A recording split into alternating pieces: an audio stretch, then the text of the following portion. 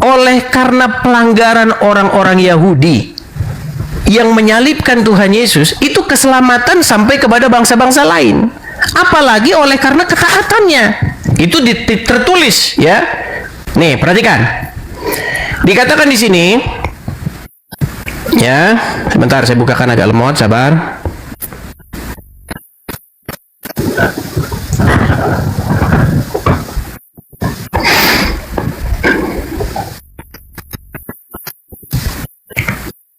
Nih, di dalam Roma pasal yang ke-11,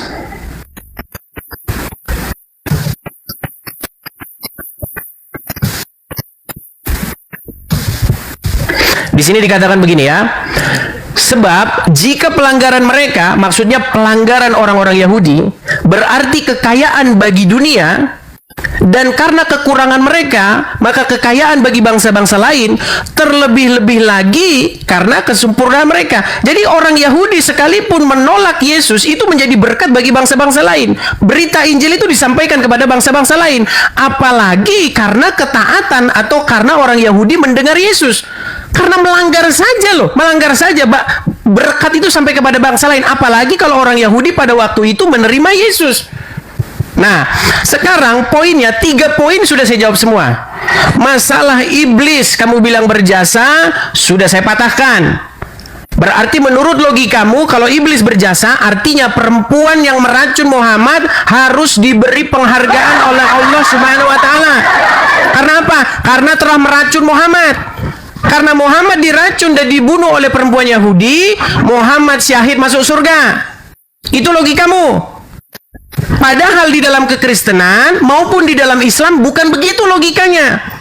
Logika yang benar adalah Muhammad itu syahid masuk surga bukan karena diracun perempuan Yahudi, tetapi karena dia menyelesaikan tugasnya menjadi rasul sampai pada matinya. Itu logika yang benar. Sama seperti logika di dalam kekristenan.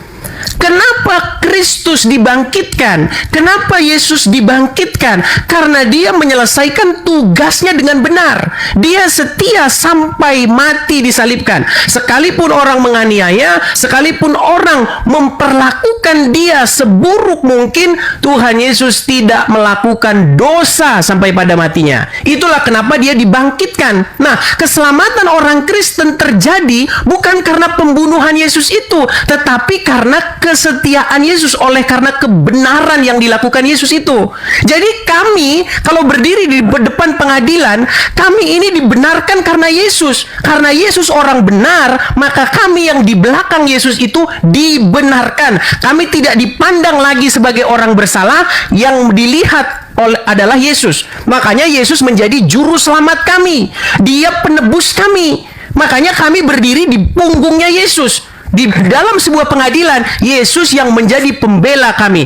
Makanya doktrin kekristenan kami, oleh karena pelanggaran satu orang, yaitu Adam yang pertama, dia gagal, semua manusia jatuh ke dalam dosa. Tetapi oleh karena kebenaran satu orang pula, yaitu Adam yang kedua, yaitu Yesus, maka kami dibenarkan. Jadi kamu ikut menyerang logika-logika yang kamu karang sendiri. Kemudian yang terakhir nih, yang terakhir. Kamu mengatakan bahwa keselamatan orang Kristen itu juga karena pertobatan, karena melakukan perbuatan baik dan lain sebagainya. Itu betul. Karena barang siapa yang sudah ditebus oleh Yesus, itu menjadi milik Yesus. Nah, orang yang menjadi milik Yesus, orang yang menjadi kepunyaan Yesus, itu melakukan apa yang Yesus suruh. Berkhotbah. Gitu. Nah, itu kekristenan. Saya belum bertanya sama kamu ya. Saya belum bertanya sama kamu. Nanti kalau saya bertanya sama kamu, kamu meninggal di tempat kamu. Nah, silakan. Silakan kau bertanya sekarang kalau gitu. Udah clear ya? Udah clear. Bertanya. Ya, sekarang sudah clear. Silakan. Baik, pertanyaan saya begini. Silakan. Menurut Al-Quran, apakah orang yang beriman itu bisa dipengaruhi atau dikuasai oleh setan? Ya, ini tema. Lah, jangan kamu tunggu. Jangan kau pakai ilmu yang kau sudah pelajari 2 hari 3 hari ini untuk nyerang. Ini tema. Kalau kau orang pintar, kau orang cerdas. Ini kan udah kelar temanya. Sudah kelar ini temanya. Ini belum. Oh, apa yang belum? kelar. Apa yang belum clear? Coba apa yang belum kelar clear? ini tema. Belum kelar ini tema. Enggak, yang belum clear bagian Kamu mana? hanya berkhotbah 1 Korintus 15:17. Tanpa kebangkitan Kristen tetap ada di dalam dosa. Kamu nggak bantah itu? Baik, Kamu nggak mau saya bantah? Nah, Baik. silakan. Bagaimana Baik. caranya orang Kristen berada di dalam dosa tanpa penyaliban? Tidak berada dalam dosa tanpa penyaliban. Silakan. Baik, saya jawab. Silakan. Jadi itu berbicara tentang apakah Yesus itu sungguh-sungguh bangkit atau tidak. Alah, kenapa lari ke Yesus? Boleh. Diam. Saya lagi. Kamu hanya menipu saja. Silakan. Yesus, sabar. Yesus taat. Dalam ketaatannya terlibat iblis. Percuma Yesus taat kalau iblis tidak terlibat dalam hal proses ketaatannya berhubungan dengan penyaliban. Sekarang permasalahannya adalah ketika kau katakan ketaatan Yesus yang menjadi simbol keselamatan Kristen, itu bohong, itu cara politik yang tidak bagus yang Anda lakukan. Tolong tunjukkan di mana perintah Bapa Elohim kepada Yesus agar dia mati disalib demi dosa-dosa orang bersalah. Ada? Sampai dia harus Anda tuduh taat. Ada Yesus menerima perintah bunuh diri lu. Kamu sudah mulai absurd nih. Seranganmu udah mulai nggak jelas nih. Tunggu. Atau kamu kurang istirahat atau bagaimana? Saya menanggapi pernyataanmu yang mengatakan Yesus taat sampai mati di atas tiang salib. Taat kepada siapa? Kepada iblis. Kepada Bapa di sorga yang Tolong mengutusnya. tunjukkan dalilnya membunuh orang benar itu menjadi perintah Bapa untuk menyelamatkan orang-orang Kristen. Memang siapa yang memerintahkan untuk membunuh? Lalu Yesus taat kepada siapa? Kepada Bapa di sorga. Mana dalilnya ketaatannya kepada perintahnya agar mati untuk orang-orang berdosa? Baik, saya jawab. Mana Jadi begini, dalilnya? Juma. Jangan. Baik. Dalil. Baik. Jadi kamu berpikir bahwasanya Bapa di surga memerintahkan orang-orang untuk membunuh Yesus, begitu? Memerintahkan Yesus untuk mati. Dan Yesus Siapa yang memerintah? Siapa yang memerintahkan demikian? Kamu bilang tadi Yesus taat kepada Bapa.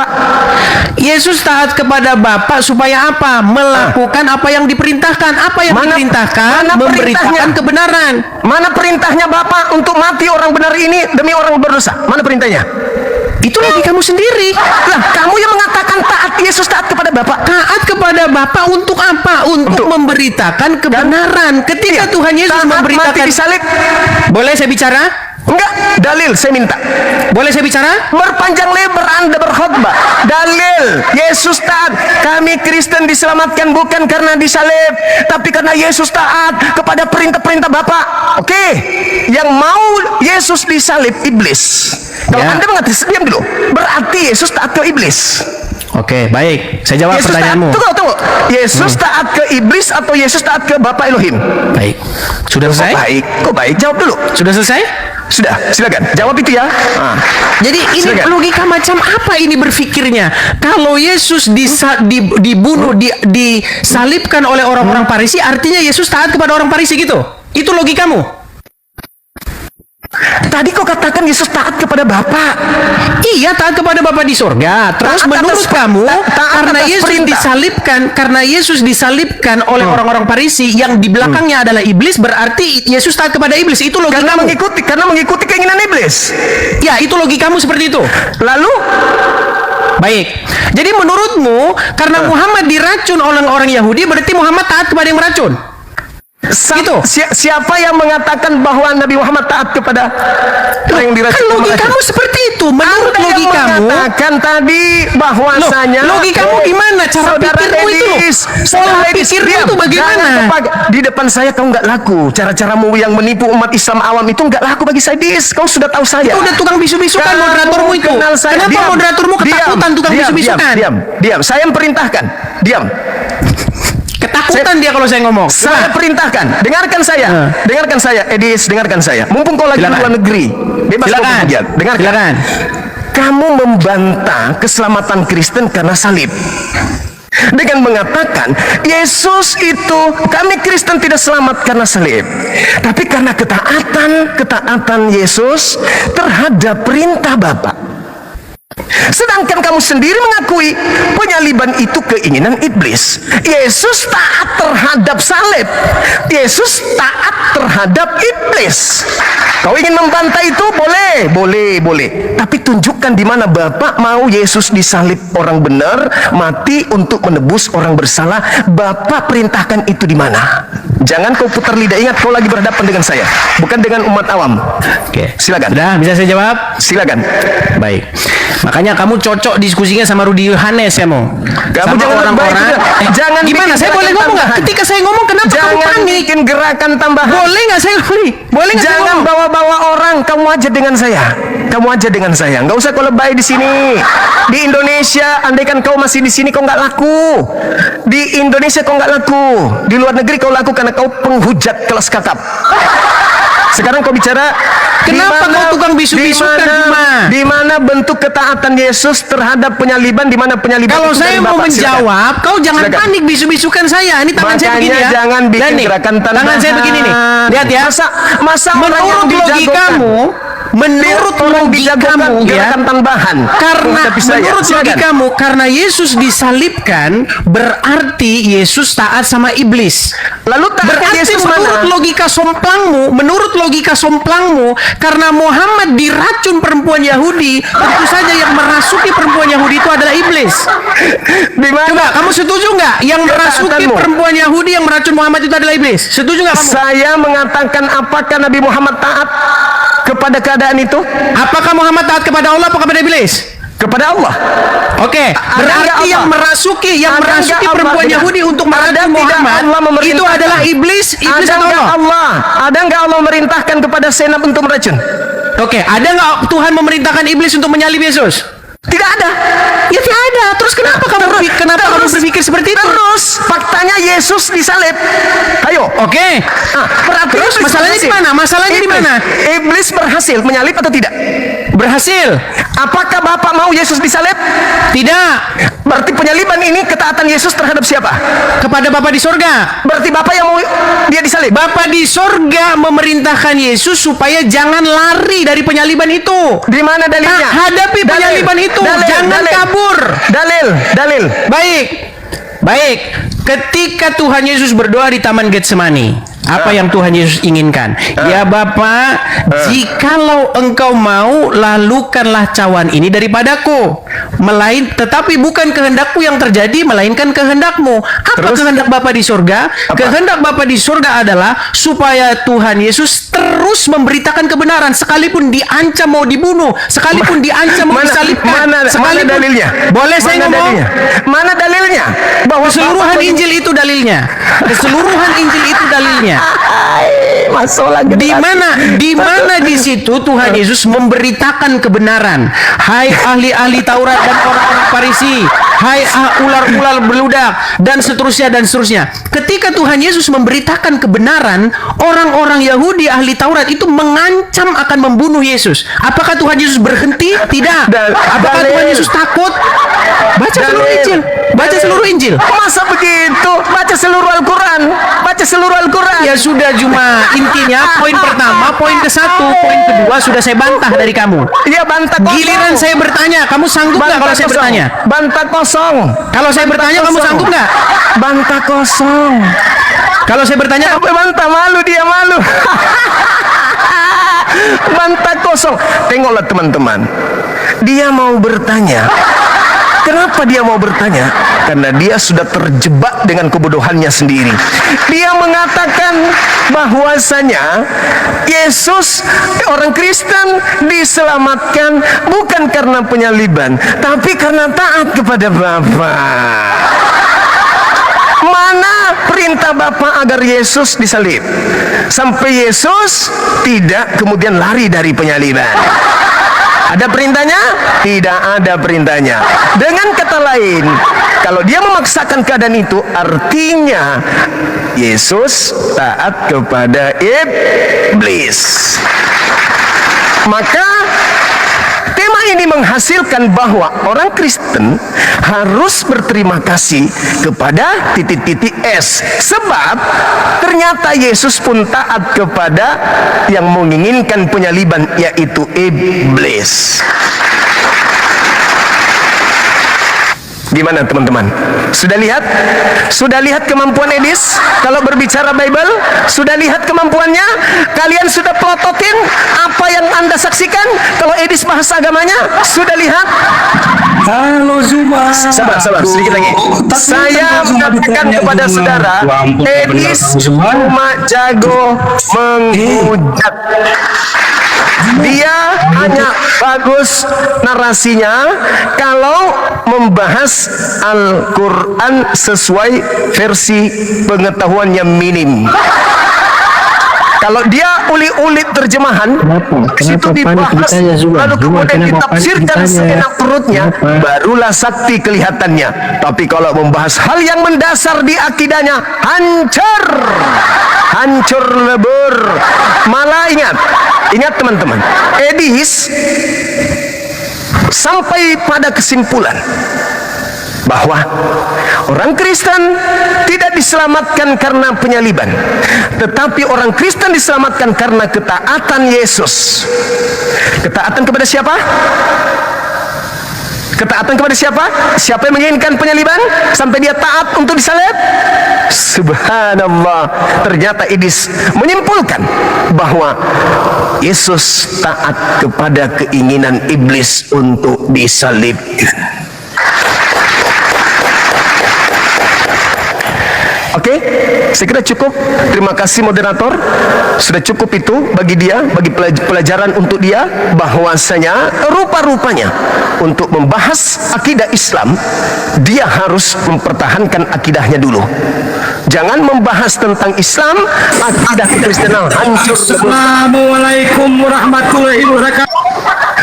Itulah yang terjadi saudara-saudara sekalian. Kenapa kita tidak menerima pertanyaan dari, kita sudah tahu dia, bagaimana karakter dia ketika membahas Al-Quran.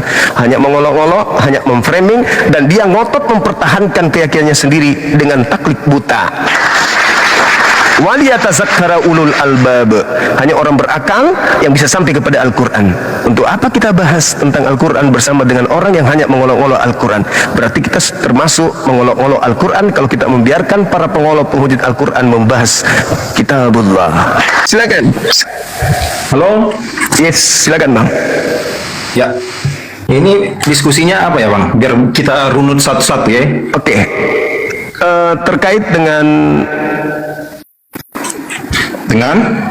pembunuhan terhadap Yesus itu, menurut Elohim, apakah boleh membunuh Yesus? Menurut Elohim. Kalau tadi Edis, dia mengatakan bahwa ketaatannya Yesus yang menyelamatkan Kristen, berarti taat kepada yang menyalib Yesus. Silakan. Silakan Bang. Ya, pertanyaannya itu kan sederhana ya kan Bang? Pertanyaannya, boleh nggak? Siap. Iya kan? Ya, betul. Siap. Ya. Sebelumnya biar fair gitu ya kan Bang. Jadi biar Abang dapat jawaban. Jadi ini versi aku ya Bang.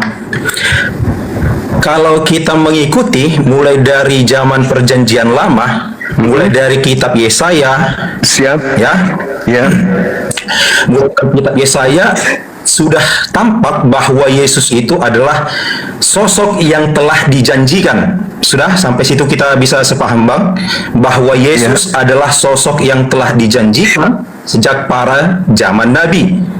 Ya, terus maka bisa kita lihat bahwa korelasi Yesus dengan hukum keyahudian, dia kenapa bisa tahu tentang kitab para nabi? Karena dia adalah sebelumnya berlatar belakang sebagai seorang Yahudi, ya kan? Nah, berangkat dari situlah maka Yesus itu adalah Mesias yang telah dijanjikan sejak zaman para nabi. Maka kehadiran Yesus itu adalah bentuk tunduknya dia kepada Allah yang menyuruh dia. Nah, di mana kita bisa melihat itu? Sama seperti yang dikatakan tadi, kalau kami orang Kristen tidak mengenal apa nama dalil, tapi kami mengenal itu adalah ini, Alkitab. Sudah? Nah, yang penting kita ketahui itu ya Bang, kami orang Kristen, kami tidak disuruh sebagai penghafal kitab, tetapi kami disuruh sebagai penghayat firman Tuhan, ya. Jadi yang bisa aku share untuk Abang ya, kami lebih Alkitab itu kami imani sebagai Allah yang berbicara langsung. Sudah Bang? Jadi Hubungannya dengan tema kita pembunuhan Yesus itu, khotbah Anda ini apa? Ya. Terus. Hubungannya dengan itu adalah bahwa Yesus itu memang benar-benar harus mati dibunuh, bukan karena iblis. Tadi abang kan bilangnya Yesus tunduk kepada iblis. Mana dalilnya? Tidak ada dalil. Kita berbicara yang tertulis. Kita berbicara yang tertulis. Iya, mana tertulis di mana? Sudah? Dalil itu tertulis di mana? Silakan.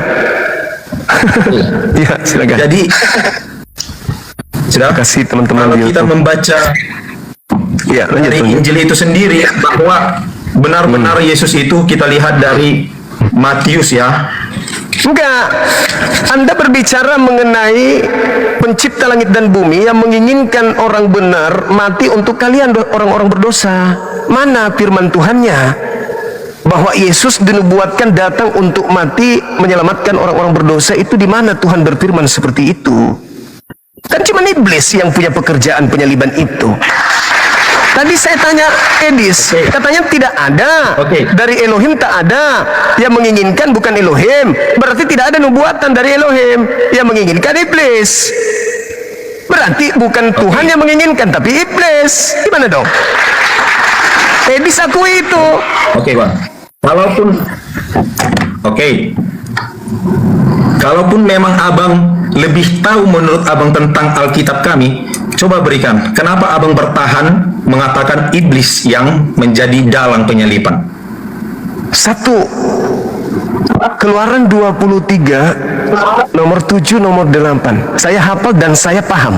Kamu tidak hafal dan tidak paham. Kamu yang punya Bible. Go ahead. Kamu oke. Nah, di situ Tuhan mengatakan, jangan kau membunuh orang yang benar. Jangan kau membunuh orang yang tidak bersalah. Sebab aku Tuhan tidak akan membenarkan orang Kristen. Oke? Amsal 6 nomor 16. Keluaran 23. Keluaran berapa? 23. Ayat Nomor 7 nomor 8.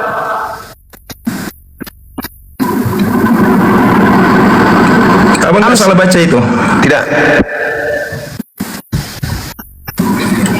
Pertama kan Bang, kita harus melihat Keluaran ini bukan sebagai satu bagian yang lepas ya. Kamu mau mengajarkan saya yang lebih paham daripada Anda yang saya yang ngajarin. Dari mana ilmunya? Anda yang tidak tahu, malah saya yang tahu, Anda tidak tahu. Habis itu Anda yang mengajarin saya. Hanya gara-gara kamu yang punya kitab. Anda yang merasa mau ngajarin saya. Oke. Nah, sekarang Anda baca dulu dalilnya. Baca dulu dalilnya, baca. Oke. Baca. Haruslah kau jauhkan dirimu dari perkara dusta. Harus, jangan sampai Orang yang tidak bersalah dan orang yang benar tidak boleh kau bunuh. tidak boleh kau Sebab aku tidak akan membenarkan orang yang bersalah.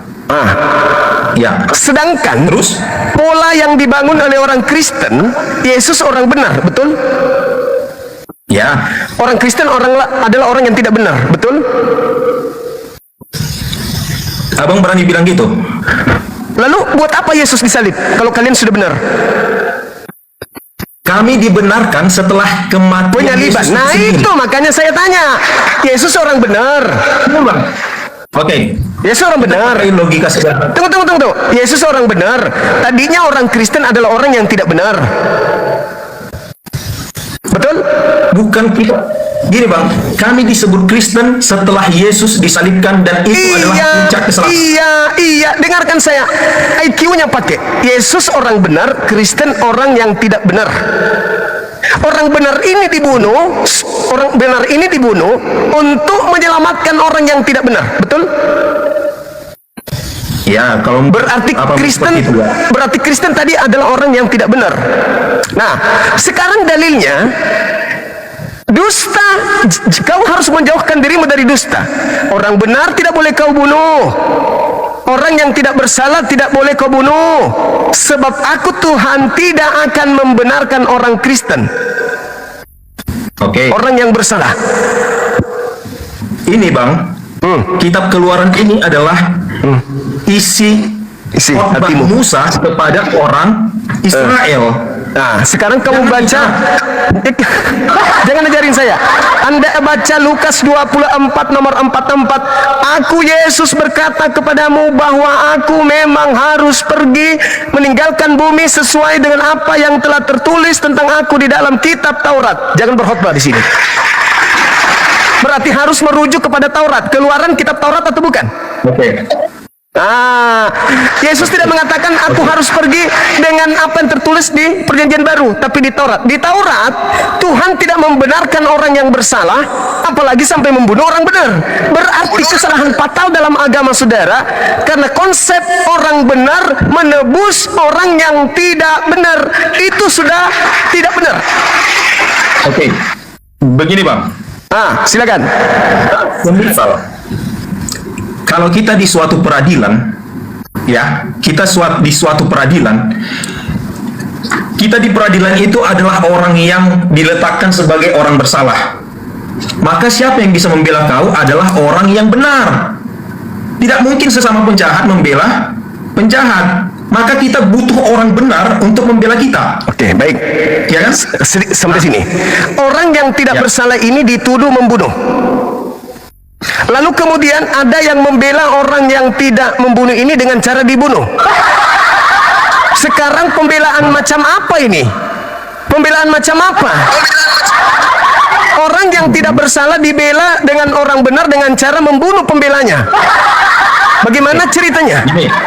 Analogi Anda itu hancur berantakan, sama seperti Edis. Gini ya, Bang. Abang berbicara, aku mendengar. Oke. Jadi kalau kita membaca sejarah perkembangan ilmu pengetahuan ya, Bang ya. Dulu saya lupa Galileo Galilei, dia dihukum. Dia dihukum karena dia menganggap bahwa bumi mengelilingi bulan. Dia dihukum mati. Tetapi setelah ilmu berkembang, barulah didapati ternyata bulan yang mengelilingi bumi. Nah, sama seperti itu, Bang. Pada zaman itu, orang Yahudi membunuh Yesus karena ketidakpahaman mereka. Nah, kalau sekarang kami orang Kristen ini, setelah kami menerima pengajaran, kami barulah mengerti, oh ternyata ini nubuatan mulai dari Kejadian sampai Wahyu.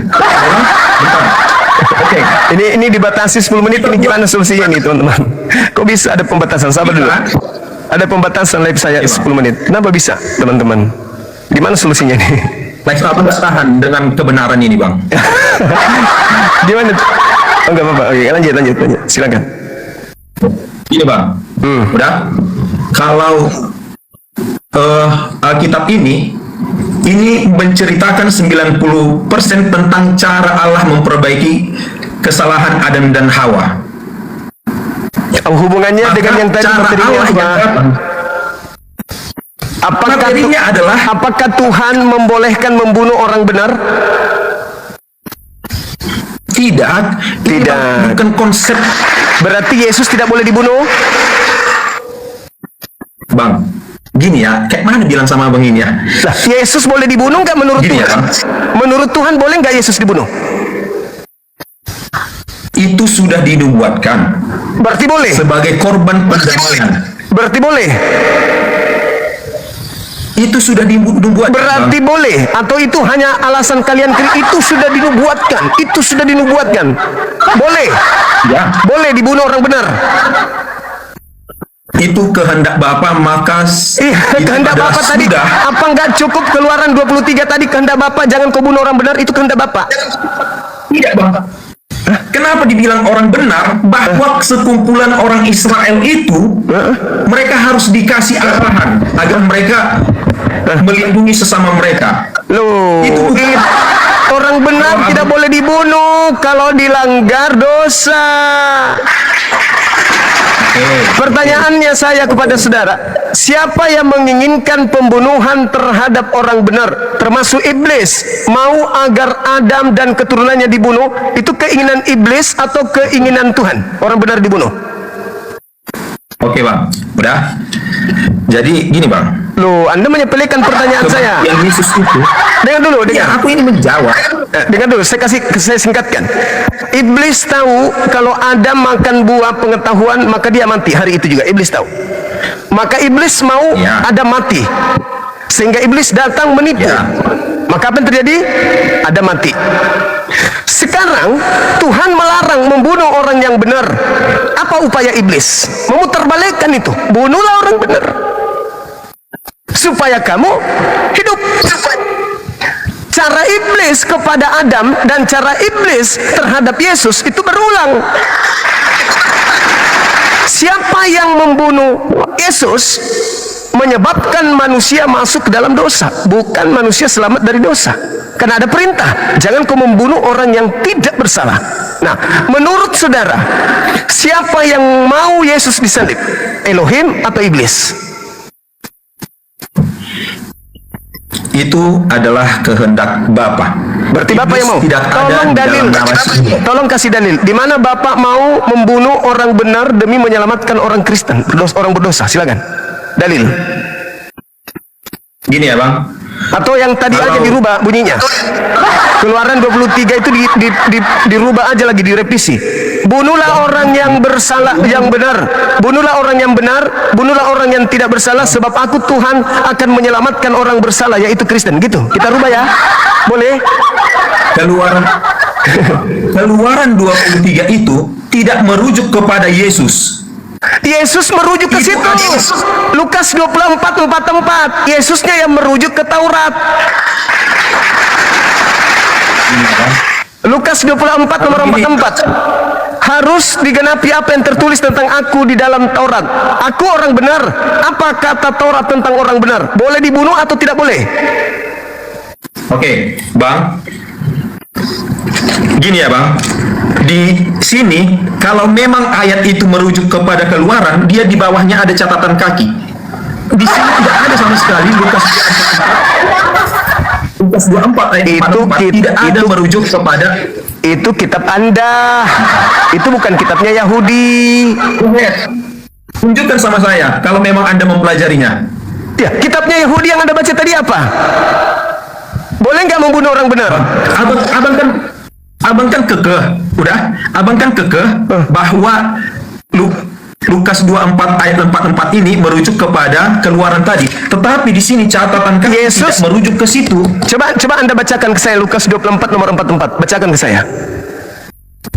Ia berkata kepada mereka, inilah perkataanku yang telah kukatakan kepadamu ketika aku masih bersama-sama dengan kamu, yakni bahwa harus digenapi harus digenapi semua yang ada tertulis tentang aku dalam kitab Taurat Musa dan kitab Nabi-Nabi dan kitab Mazmur. Ya? Taurat kan bang? Kitab Taurat. Gini bang, kitab Taurat itu bukan hanya Keluaran. Sama seperti ini. Keluaran itu bukan hanya membahas tentang Yesus, tetapi cara hidup orang Israel diajarkan.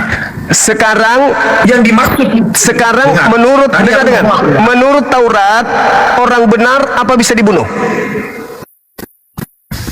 di mana? Gini loh bang. Yesus yang mengatakan, Yesus yang berkata, aku harus pergi sesuai dengan yang tertulis tentang aku dalam Taurat. Taurat menulis tentang orang benar. Di dalam Taurat kaitannya dengan orang benar, boleh tidak dibunuh orang benar menurut Taurat?